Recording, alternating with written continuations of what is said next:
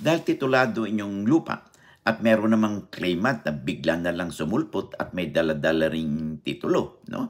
At nang mapacheck ninyo sa Register of Deeds ay wala naman sa kanilang system, ay maaaring ito isang peke na titulo, no?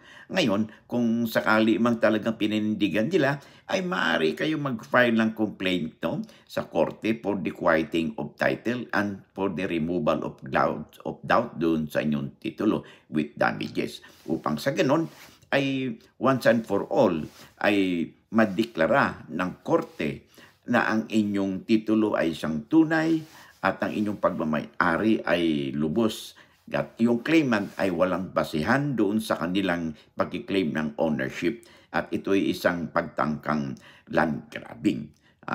Mapag-ugnayan kayo sa lawyer upang sa ganon mabigyan kayo ng kaakibat na assistance para mapag-file ng complaint.